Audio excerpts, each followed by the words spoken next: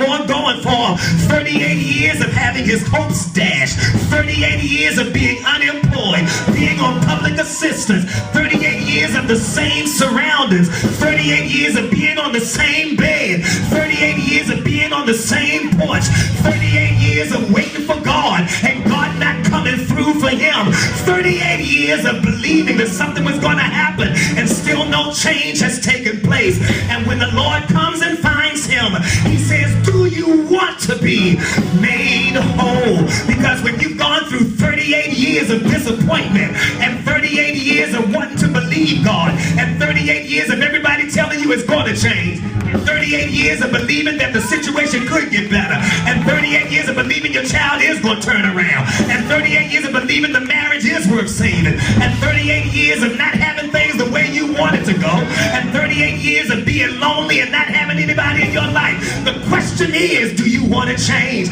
Because you've developed a 38-year mentality, and if you've given up 38 years of your life, that means that you probably don't have as many years on the other side of 38 as you had before 38. And a whole lot of us in here right now have accepted where we are in our lives as if there's no other lot that you have, or as if nothing else is going to change. But I've come by today to tell you, on the strength of what's been taught us so far, I've come by to tell you that God would not heal your body and then want you to get your strength back together if he was not going to restore the years and give you renewed time to carry out what he has promised you.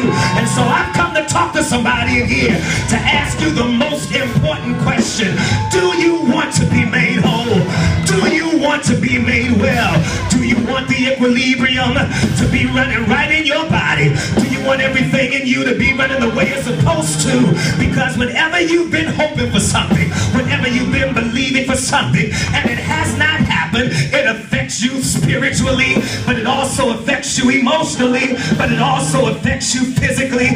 For the Bible says in Proverbs chapter 13, verse number 12, Proverbs 13, verse 12, it says, hope deferred makes the heart sick, which means that when something you've been believing God for has not happened, that's your faith. But when it does not happen, it affects your emotions, your soulish realm. And when what you've been believing for by faith starts affecting you emotionally, you then start doing with your flesh what you were believing for with your spirit. And you'll start telling God and telling yourself that I'll make it happen for me. And the reason why so many of us are in the mess that we're in right now is because we got frustrated in our faith and we got tired of waiting in our emotions. And so we took our bodies and tried to do what we wanted to do because we didn't believe we had a future, so we just lived for the present. But the Lord asked me to tell you that